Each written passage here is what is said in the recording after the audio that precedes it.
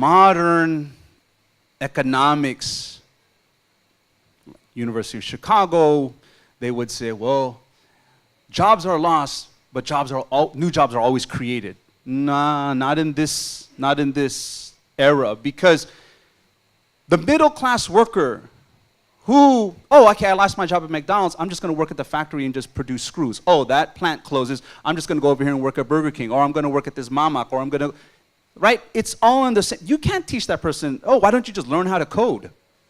Oh, do you know Python? We can teach you JavaScript. Like, no, I know how to make hamburgers.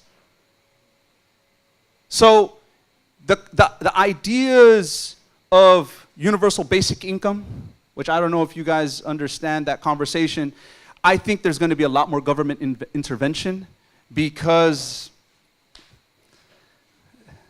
the chasm between the haves and the have-nots is growing, and that's just undeniable.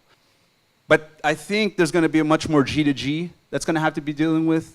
I think China, national security, fiddling with, we all know May 9th, right? We all know what happened in Malaysia. We know that what was brought to court with Trump and Russia. The networked environment has really, really closed the gaps in terms of communication, in terms of ideas, propagating. And I think there's going to be, I don't know if there's going to be more legislation. I don't know if there's going to be more intervention. But when it comes to the common person, the middle class worker, those jobs are not returning.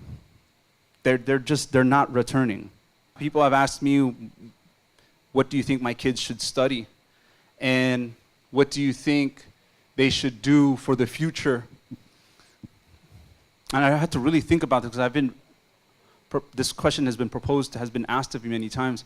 And I have a saying that in the era, or the beginning of the era of artificial intelligence, focus on emotional intelligence.